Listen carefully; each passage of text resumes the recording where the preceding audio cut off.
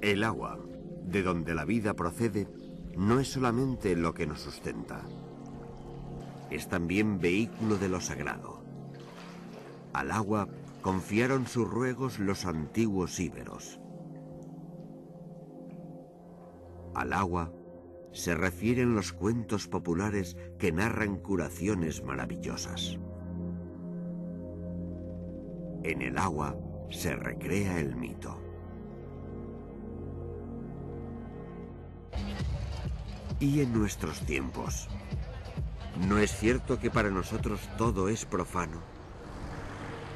¿No es cierto que cuanto nos rodea no son más que cosas sin más significado que el material? Cosas por las que apenas sentimos respeto. ¿No es cierto que injuriamos y degradamos todas esas cosas?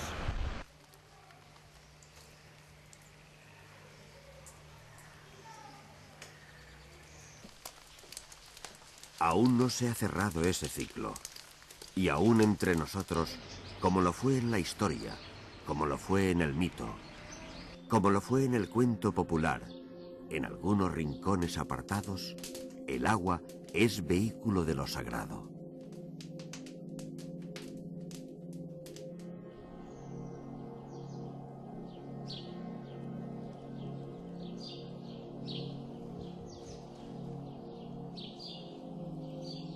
Hay en el corazón de la Comunidad Valenciana un santuario donde todas esas cosas siguen aún vivas.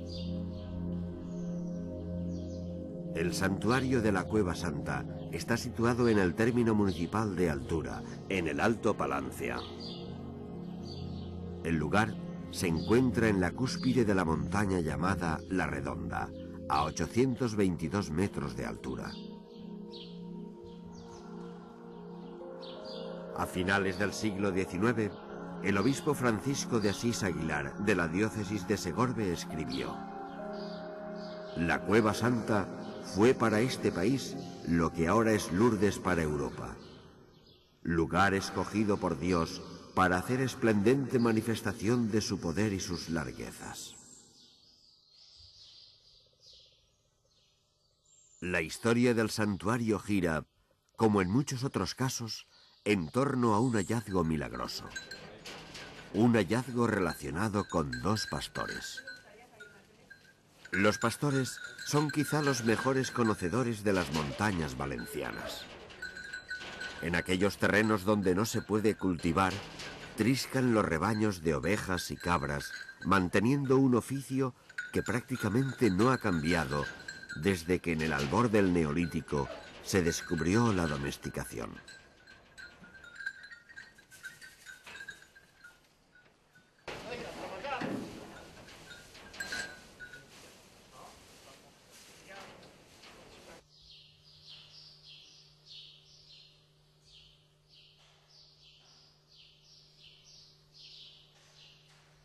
Uno de estos pastores recibió un regalo de Fray Bonifacio, un cartujo que a principios del siglo XV se dedicaba a hacer efigies de la Virgen y regalarlas a los pastores.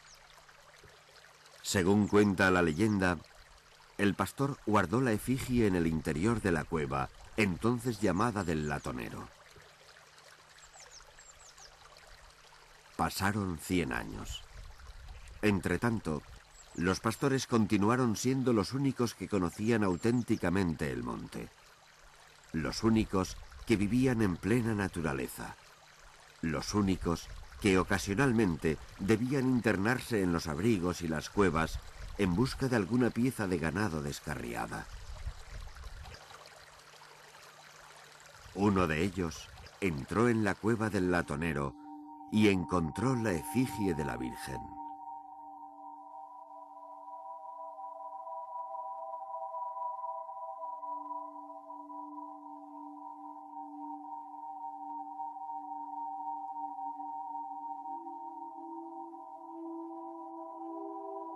Y la Virgen permaneció para siempre en el mismo lugar donde había sido encontrada, al fondo de la oscura cueva del Latonero.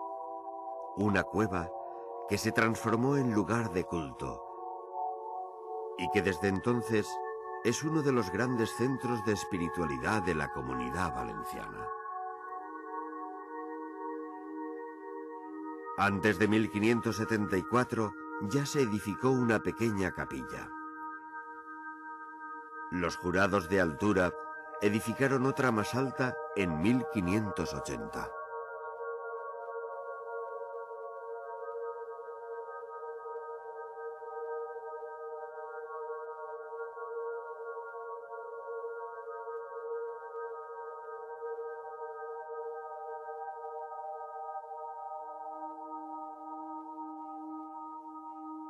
¿Por qué?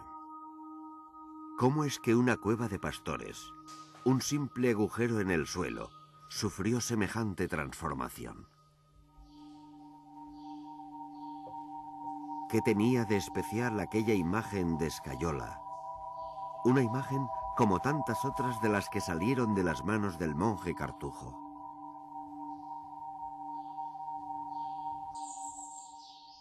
La cueva es un lugar especialmente húmedo. Allí no hay ni fuente ni corriente alguna, pero durante todo el año sus paredes rezuman humedad. Una humedad que de ordinario debía deshacer el yeso del que está hecha la imagen. El obispo Aguilar refiere que el 7 de septiembre de 1647 se colocó una imagen de yeso y al día siguiente se la encontró deshecha por la humedad, pero no así la antigua que se mantiene hace 3 siglos. La actual imagen es la que sustituía a la original cuando la sacaban del santuario, y es también obra de Fray Bonifacio. Pero sobre todas las demás cosas, el lugar se convirtió en un santuario porque aquella imagen de yeso comenzó a hacer milagros.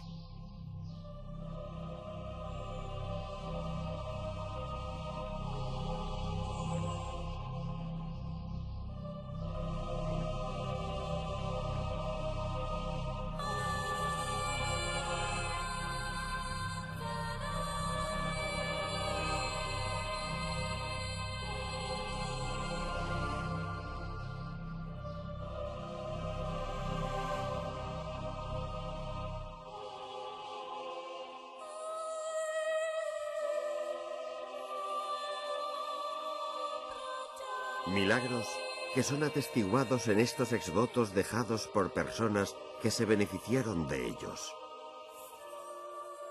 Los numerosos exvotos que ostentan estas paredes son muy claros testimonios de vuestras grandes mercedes. Todo en este antro, señora, es loable y sorprendente, mas vuestra imagen revela un milagro permanente. Pues que sois impenetrable de la humedad a la acción, haced que a la de los vicios lo sea mi corazón.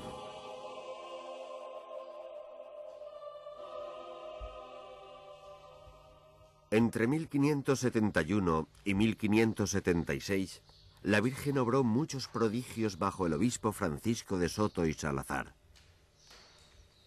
Y se empezaron a hacer celebraciones litúrgicas en el interior. Milagros cuyo vehículo fue el agua. El agua que rezuman las paredes de la Cueva Santa.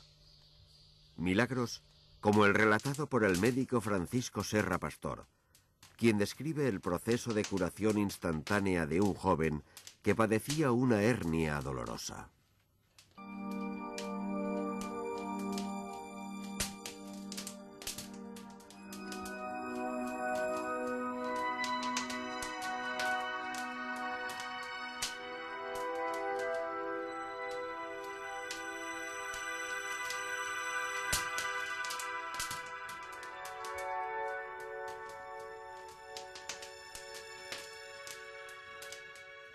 Milagros como el del señor Monserrate Escario, un hombre que allá por 1574 padecía lepra y que vino a la cueva confiando en la señora y en el agua santa. El señor Monserrate se curó con el solo contacto de este agua, en aquellos años de esplendor en los que los hechos milagrosos florecieron aquí en la cueva.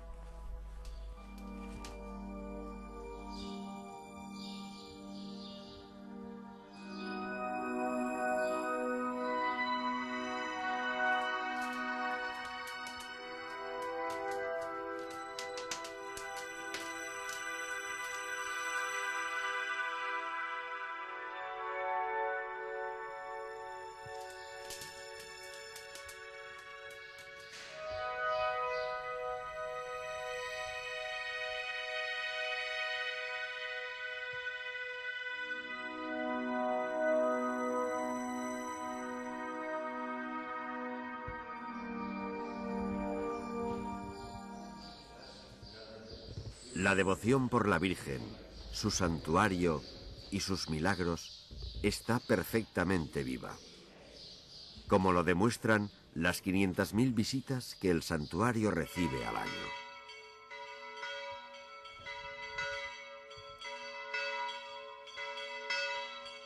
Y como lo demuestra la fidelidad con que la gente acude a una cita anual, todas las noches del día 7 de septiembre. Esa noche se saca en procesión al Cristo de los Milagros, mientras los presentes rezan el rosario. Es el llamado Rosario de las Antorchas.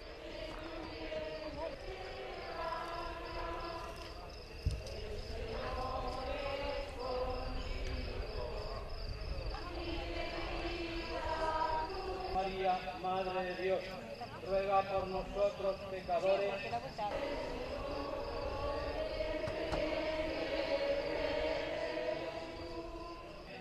Pero, ¿y hoy? ¿Por qué viene aún hoy la gente hasta este lugar? ¿Por qué bajan a la vieja cueva del Latonero, donde hace 500 años un pastor escondió una imagen de yeso? ¿Qué queda hoy de aquellas curaciones milagrosas y de la fe del pueblo? Aún en estos tiempos, la fe del pueblo mantiene la antigua frescura. Vean lo que hacen estos peregrinos. Están recogiendo el agua que rezuma la cueva, la que brota de la roca, la que se deposita en los bancos de madera.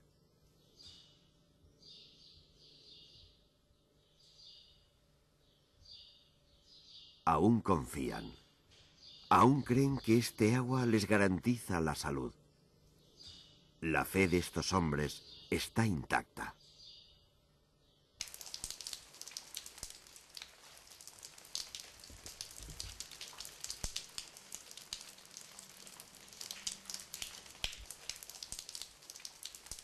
De forma parecida a esta cueva, en muchos otros lugares de la Comunidad Valenciana, otras vírgenes permanecen vinculadas a las fuentes.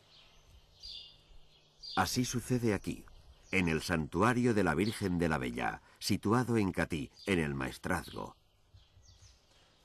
Se trata, como en otros casos, de una señora divina encontrada por un pastor. De esta fuente brotan las aguas vinculadas a la Virgen.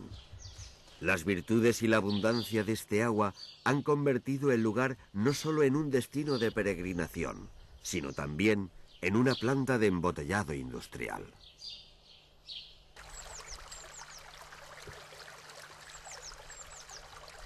¿De dónde proviene esta sólida fe? ¿Cuál es el origen de esta vinculación entre la Señora Divina y la fuente? La imagen cristiana de la Señora asociada a una fuente que tiene la virtud de curar remite a la imagen precristiana de las ninfas y lamias asociadas a una fuente cuyas aguas tienen idénticas virtudes. ¿Acaso estas vírgenes, visitadas devotamente, guardan algún parentesco con cultos más antiguos? ¿Fueron estos rincones lugares mágicos ya desde antes del cristianismo? ¿Qué sucedió entonces, en aquellos primeros albores de nuestra cultura? Durante el primer milenio antes de Cristo, se desarrolló en nuestra comunidad la cultura ibérica. Sabemos poco de la vida espiritual de los íberos. Uno de los indicios de esa vida espiritual son los llamados santuarios, de los que hay varios en la Comunidad Valenciana. Los santuarios ibéricos se encuentran, entre otros lugares, en pequeñas cuevas, y de ellos apenas se sabe que debían haberse dedicado a prácticas religiosas o mágicas, porque en su interior se han encontrado estas pequeñas estatuillas. Se trata de figuritas de bronce que representan formas humanas y animales. Las figuras se interpretan comúnmente como ofrendas a la divinidad o exvotos. Ofrendas o exvotos que se han comparado a los exvotos de los santuarios marianos. Los santuarios ibéricos debieron estar vinculados a alguna forma de uso simbólico del agua, ya que se encuentran a menudo en lugares donde hay corrientes o afloramientos de agua subterránea, lo mismo que sucede a los santuarios marianos.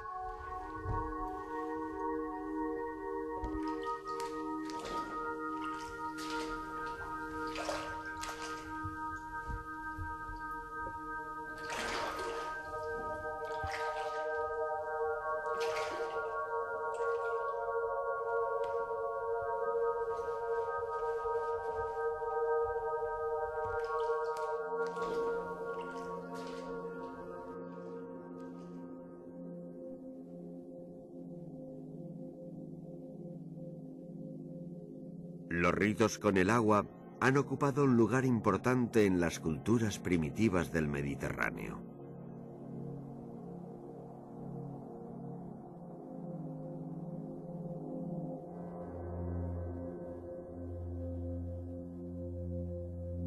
El poder extraordinario del agua de la vida se mide por lo extraordinario de los milagros que es capaz de producir.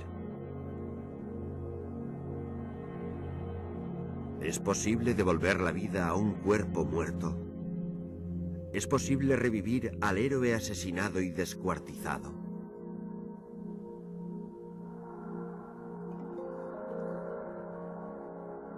La resurrección del héroe se consigue con ayuda del agua de la vida y de la muerte.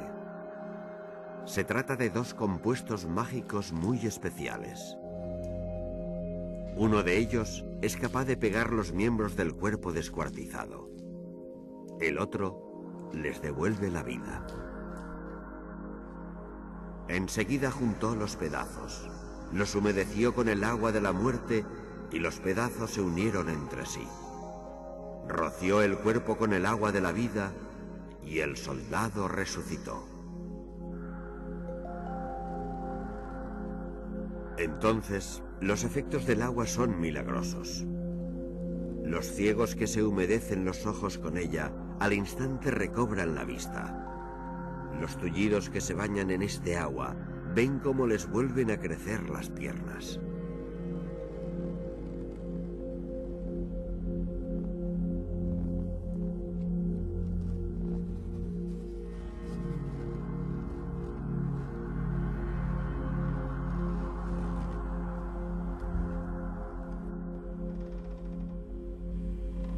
El mito también insiste en este viejo tema. En Mesopotamia, la diosa Inanna, la diosa del cielo, visitó el reino de los muertos llamado el Kur. Allí fue muerta por su hermana, la diosa infernal Ereshkigal, y colgada de un gancho.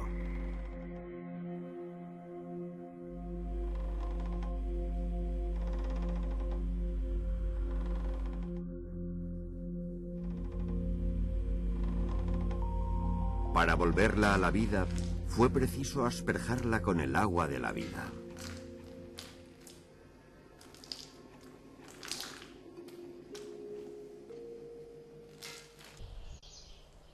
La tradición popular asegura que el agua que se echa en cualquier jarra o garrafa nueva trae buena suerte, y la utilizan los curanderos para ejercer su oficio. Curiosamente, este es también un rito prehistórico. Según el experto en religiones primitivas, Mircea Eliade, el agua nueva tiene poderes especiales. El agua sin usar, es decir, el agua de un vaso nuevo que no ha sido profanada por el uso cotidiano, conserva en sí las potencias germinativas y creadoras del agua primordial. Cura porque en cierta medida reproduce la creación.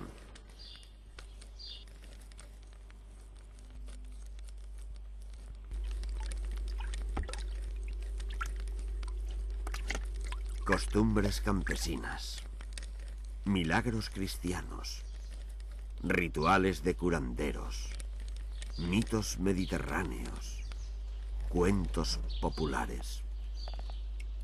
Todos evocan la virtud. Alguien preguntó una vez, ¿por qué ya no hay milagros? Y alguien contestó con otra pregunta. ¿Es que acaso estamos dispuestos a humillarnos lo suficiente? Para el primitivo, todo es sagrado.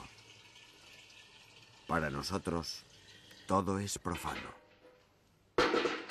Las aguas de la diosa se nos han convertido en cloacas. Y ya no creemos en los milagros. Pero para estos hombres, las cosas aún son como eran antes. Ellos, inocentes y confiados, como aquellos pastores de tiempos pasados, mantienen una tradición que nació con el mito. Ellos son los genuinos habitantes de ese territorio invisible, el país que persiste solo en la memoria.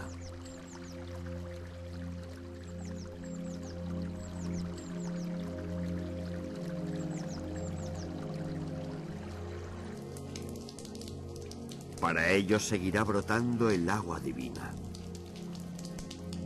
Y todas esas fuentes y rocas que son el paisaje de la tierra encantada, no se nos secarán mientras no se seque nuestra imaginación y no se disipe nuestra memoria.